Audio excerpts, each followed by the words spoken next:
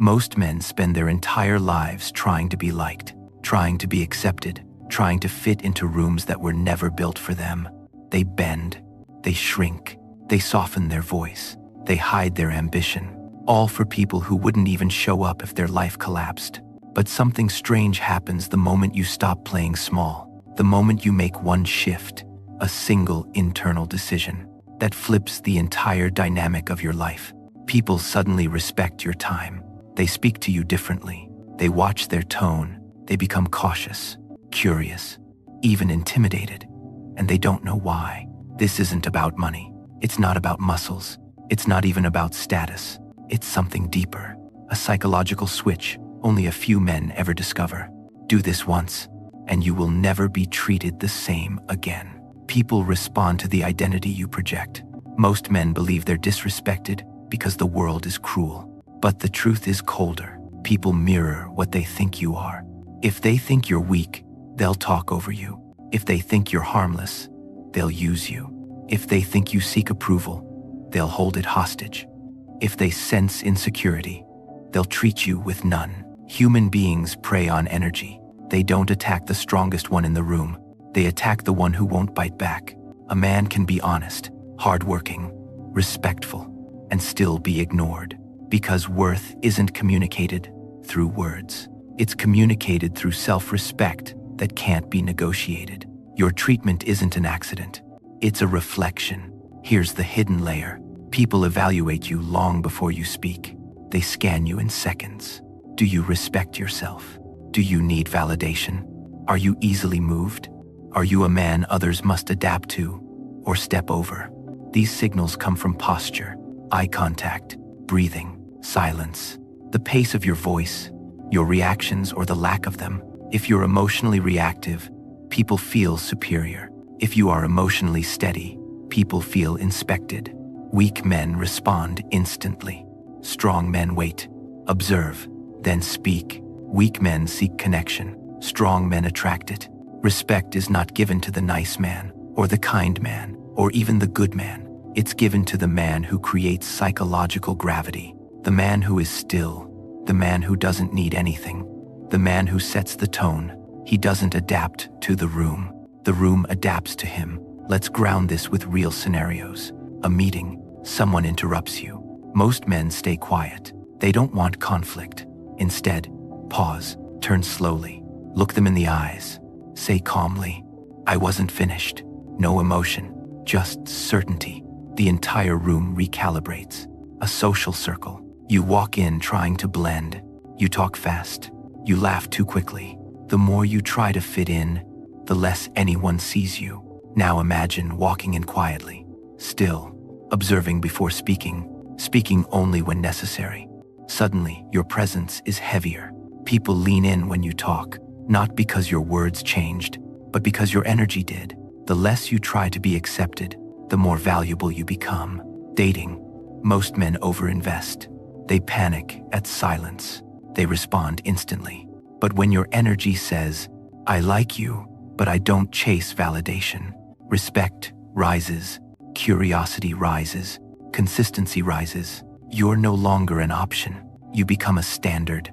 Family. There's always someone who talks down to you. A parent, a sibling, a relative. You stay quiet to keep the peace. But one day you say calmly, "Don't speak to me that way again." The dynamic shifts instantly. Not because you were loud, but because you finally respected yourself. Strangers. You walk with your head down, your shoulders forward. People ignore you. You walk with calm posture, slow steps, steady eyes. People respond differently. Not because they know you, but because they feel you. The world reacts to presence, not potential. So what is the one shift that changes everything? You enforce your standards without explaining them. That's it. Here's how it looks. You stop negotiating your self-respect. You stop apologizing for existing. You stop seeking comfort in approval. You slow down your movements. Fast movements signal insecurity. Slow movements signal control. You speak with brevity. Say less. Mean more. You stop overreacting. If someone provokes you and your expression doesn't move, they lose power instantly. You create internal rules. You don't stay where you're not valued. You don't chase disrespect. You don't explain your worth. You remove emotional debt. People's opinions no longer control you. They didn't live your battles. They didn't walk your path. They don't get to define your identity. And you master silence. Silence forces people to adjust. Silence gives weight to your presence. Silence communicates strength without noise. Presence over performance. Standards over validation. Stillness over chaos. Do this once, and people will feel the shift before you say a word. Now the dark truth. Most men will never do this. Not because it's hard, but because it requires a death. The death of the boy inside. The boy who needed to be liked. The boy who feared rejection. The boy who believed kindness alone earns respect. The boy who confused comfort with peace. Most men stay boys, even when they age. Because to rise, you must let the old identity die.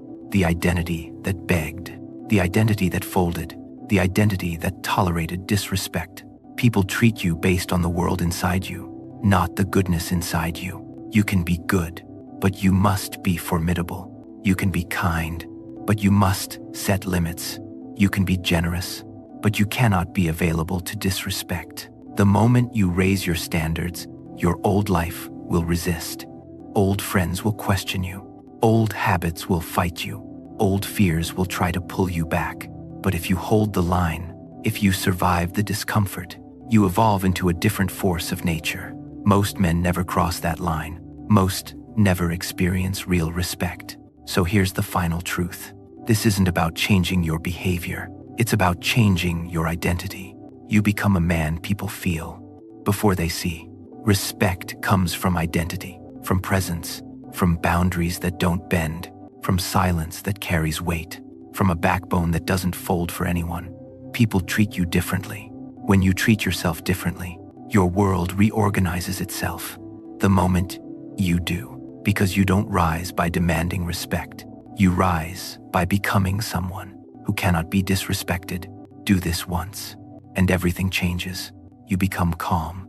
You become grounded. You become clear. You become a man who sets the tone, a man people adjust to, a man whose presence speaks louder than his voice. And here is the final line. You become powerful the moment you stop asking for permission to be. If this changed the way you see yourself, imagine what the next video will do.